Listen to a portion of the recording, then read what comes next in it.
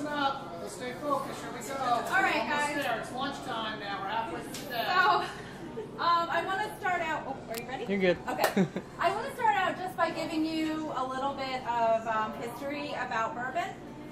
Bourbon originated in the bluegrass hills of Kentucky.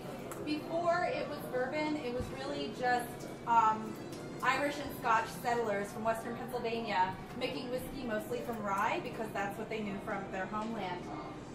When Kentucky became an actual state as opposed to a part of Virginia, which is how it started out, they separated it into what they called counties, which wasn't always done back then. They named Bourbon County after the French royal family that helped the United States revolutionaries win the war against Great Britain. So bourbon is aged after French royal family. In order to be considered bourbon, a spirit must be made from at least 51% corn. All spirits are made from some type of starch. It could be corn, it could be wheat, it could be rye. Bourbon is always going to be 51% corn. Predominantly, most styles finish that off with 49% rye. There are certain brands that don't, but we'll get to that later. Let's see. In 1964, bourbon was named America's native spirit. Lyndon Johnson was the president, and he was a really big fan of bourbon. So that's how it became American spirit. And I'm really happy that September is Bourbon Heritage Month. So you guys are doing this at the perfect time. So when people in Kentucky first started making bourbon, it was just a neutral corn spirit. In order to ship it, they didn't really have a ton of money, so they would use old barrels that had been used for other things. Sometimes the barrels were used to ship fruit, sometimes they were used to ship fish. So in order to get the flavor from whatever was previously in there out, they charred the inside of the barrels. They basically sterilized them and burnt them. They put the spirit in there, they shipped it off, and what they realized was that charring the barrels created a really great flavor.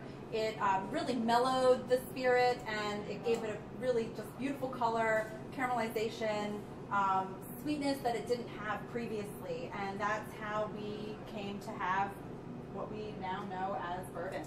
All bourbon comes from Kentucky. There are lots and lots and lots of other whiskeys that are made from a corn mash that come from other places. I think Jack Daniel's is probably the most popular. Jack Daniel's is from Tennessee, so they technically cannot call themselves bourbon. Bourbon comes from Kentucky. The first thing that we're going to taste today is Jim Beam. This is kind of the cornerstone of all of our products. This is really where everything started. It is 80 proof, as most bourbons tend to be. This is aged for 7 years. A lot of whiskeys, bourbon whiskeys, age for the minimum, which is 2 years. If it's not aged for 2 years, it's not bourbon. We age ours for 7 because we think that makes it better, and I think that when you taste it, you'll find that it does. It has a little bit of a sweetness. You know, if you're not really used to drinking a straight spirit, it probably will catch you a little bit in the back of your throat, but in the finish, you should probably get a little bit of caramel and a little bit of a spicy character. That spiciness comes from the rye. The sweetness comes from the corn. So, go ahead and sniff. You can get a little of the spicy notes in the nose as well. So.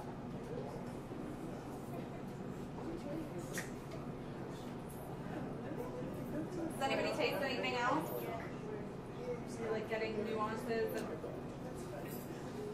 when you said the thing about the burnt barrels, I was like, all right, I can see where that's coming from. Yeah, that's definitely where the color comes from, and I think it's really amazing that it was like it was absolutely an accident. Like really, I mean, these people were just poor settlers. Most of them were just making something for their friends and family or the other people, like farms nearby.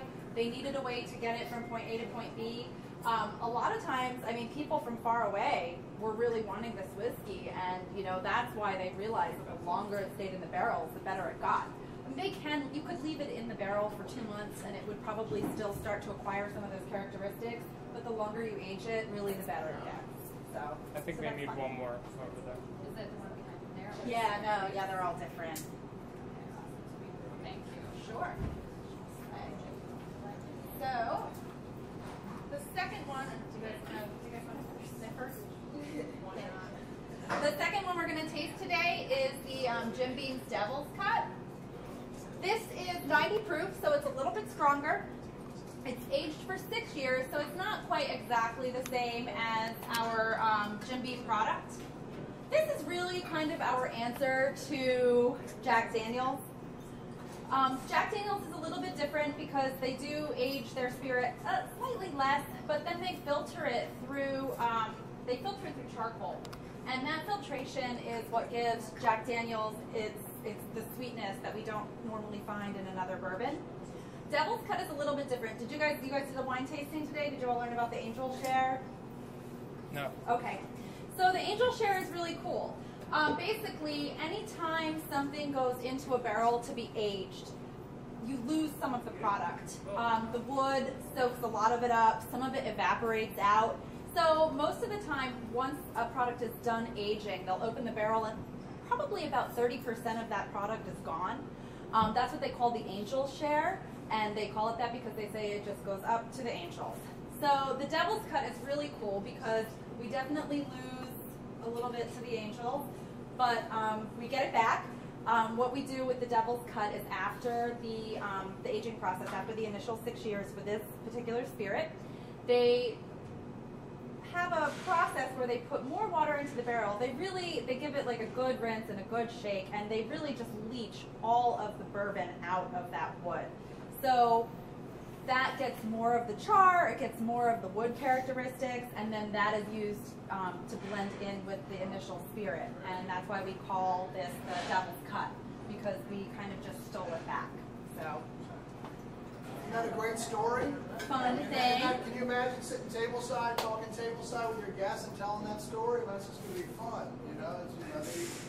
Okay, who's an angel? Who's a devil? Let's get two of the devils covered. Let's get two angel entries over And here. I really, really, really believe that if you find somebody, I think that this is wonderful in a Manhattan. If you like somebody who prefers something a little bit sweeter, but they're still a whiskey drinker and they don't want any of the flavored varietals, I think that this is a really, really great way to sort of get them to have a nice cocktail before dinner, or even something just afterwards. Like I think, you know, if they're like, I don't like bourbon, well, you know what, try this, because it's a little bit sweeter, it's just a little bit different, it has a really fun story behind it, and you never know, they might really end up loving it.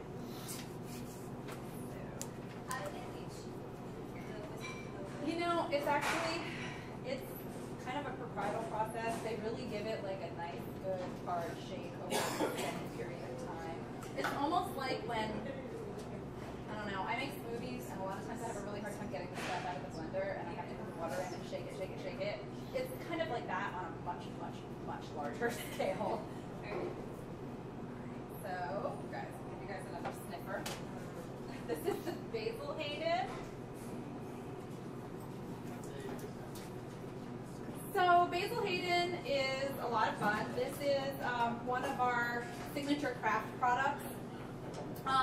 Booker No, who is Jim Beam's great-grandson and our master distiller's father. Our master distiller now is Fred No. The business has been in the family for, I think, 8 generations now. So Booker No decided that he was going to start a craft revolution with bourbon, and he was the one that really decided that they were going to take it from this level to this level. Our rack house at Jim Beam can hold about 20,000 barrels. It is absolutely huge. And for a long, long time, all of that was devoted to specifically Jim Beam. What he decided was that he wanted to make a product that was a little more special. And that's how the craft bourbon revolution was born. So we have Basil Hayden. This is aged for 8 years. It's 80 proof. This is really interesting. I mean, everything about this is handmade. You know, the paper's put over the bottle by hand. The little like band is attached by hand. There's really like a lot of love in this. I find this to be a little more elegant. It's a little bit lighter than a lot of the other bourbons, and that is because in addition to the rye and the corn and the mash bill, they also add a little bit of barley. That really kind of helps add an extra hint of sweetness, and it really, really, really rounds it out. This has a very, very clean finish, and I think it really is very ladylike, for lack of a better term. If somebody prefers something that's a little bit lighter, I think that this is definitely the way to go. This has a tiny more spice, a bit more spice, I think, than the regular Beam. And I think part of the reason why that spicy quality is a little more prominent is because it's a little bit lighter and a little more elegant.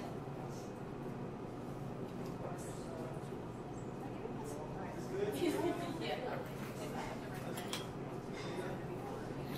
we have any questions about anything so far?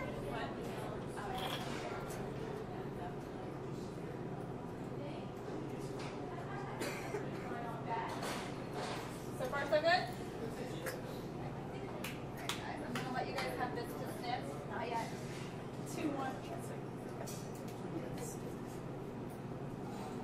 So the next thing that we're going to try, we're good? Okay. The next thing we're going to try is Maker's Mark. Maker's Mark is definitely the baby of the bunch. The Samuels family started making Maker's Mark a million years ago. And in 1953, they decided that they didn't like it anymore. They wanted to make their product a little bit different, and they did. The first Maker's Mark bottle was actually dipped in a crock pot in the kitchen by Mr. Samuel's wife. That her idea was that she wanted to name it Maker's Mark, and it stuck, and it went really well. What makes Maker's different is that it, of course, still has the 51% corn, but instead of rye or barley in the mash, they use winter wheat. Winter wheat gives this a sweetness that you won't find in any of the other bourbons. It has a softness that you don't find in any other bourbons. Because of this, it's really, you taste it on the front of your tongue before the back. Like a lot of the other ones you'll get in the back first. This you can really catch on the front of your tongue. It doesn't have a tremendous amount of spice because the rye isn't there. So that's why the sweetness is really kind of able to take center stage and shine through. Like I said, this is really one of my favorite things to drink. Again, I think that this is wonderful in a Manhattan. If you guys are going to have the Carpano Antica Vermouth, I will always recommend it with that. I think they're just exceptional together.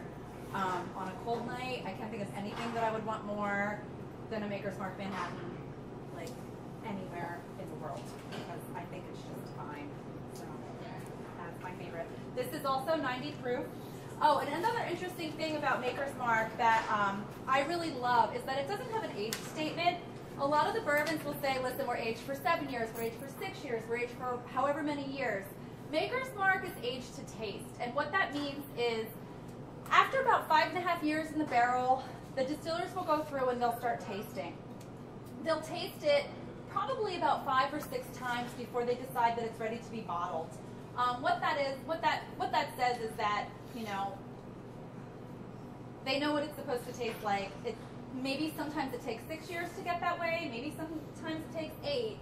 But you know, they know how they want the product to be when it's all said and done, and you know, that's just kind of how they go with that. They're never going to say, listen, we're only going to keep this in the bottle for 6 years, because they know exactly how they want their product to be. And I think that that's another really awesome statement just to the quality of the product and how much these people really care about what they're making and what they're providing to, you know, connoisseurs. And you know, not everybody that drinks this is going to be a bourbon aficionado, but they all will know what they like. And I think that if you have a little bit of knowledge about what you're serving and you can kind of give them a little tidbit about things here and there, people are really, really going to like that. I think that they get very excited about what they're having when they get to learn something new, and it kind of makes them excited to have it again. Plus, like, Bill likes to drink his bourbon, too. That's just an excuse to go drink it 5 or 6 times. Yeah. Bill Samuels is the master distiller of Maker's Mark. He's a very eccentric guy, very good guy, interesting guy. He likes his bourbon. I think that just has to be. I don't think that you can. You can't do this without it. Yeah, exactly. So the last thing that I want you guys to try is almost like your dessert course. This is a new product for us. It's the Jim Beam Apple. Flavored bourbons are really making they're just kind of making a splash right now. A lot of people are really into them. So the Jim Beam Apple is our regular Jim Beam bourbon. We flavor it with natural apple flavors. It's super apple-y. I think that if you have people that are interested in the Crown Royal apple, which is also really picking up a little bit of speed right now, this is a great opportunity to have them try something new. A product that is, again, you know, handcrafted. It's made in the U.S. I mean, why would you drink Canadian whiskey if you can have American whiskey? I don't know. This is fantastic in a cocktail. I can't imagine that you'll be getting a lot of people doing shots. So Can I jump in on that? Just, we haven't talked all about this, but part of the concept is all American, because jazz is really the only true indigenous American art form. The new food, the Southern cuisine is, I guess one could argue that Indian or sort of indigenous food was the first one, but new Southern cuisine is kind of indigenous, the true American food. And bourbon's the true American liquor. So whenever there's an opportunity for someone who's ordering Canadian whiskey, hey, our concept is, can you try this? absolutely.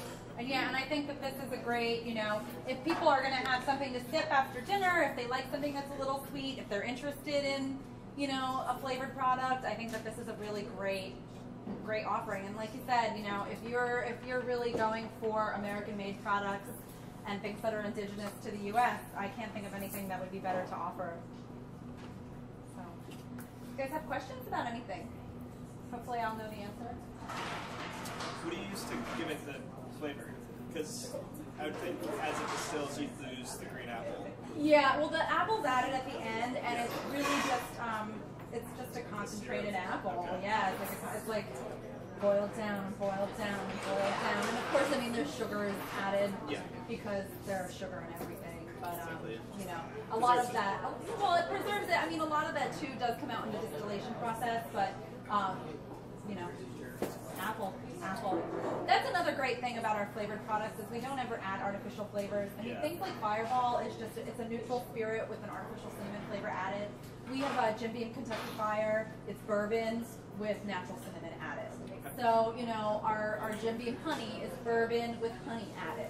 You know, and that I think is a really great selling point as far as things like that are concerned, especially when somebody is maybe interested in that. I think that those are always a really good segue to get people interested in bourbon if they're, you know, like a vodka drinker or a rum drinker or whatever.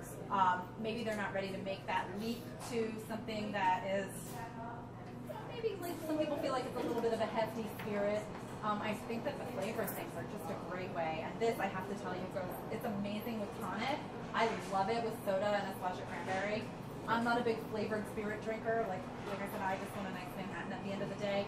But I think that's you know, on a hot day, on like an autumn day, it's amazing. An apple cider, like hot apple cider. Yeah. Like that is like hot toddies even. Like if you want to do a flavored toddy, I think I'm great in that. So there's a lot of different ways that you can kind of be creative and, you know, use it and get to know it and make it your own.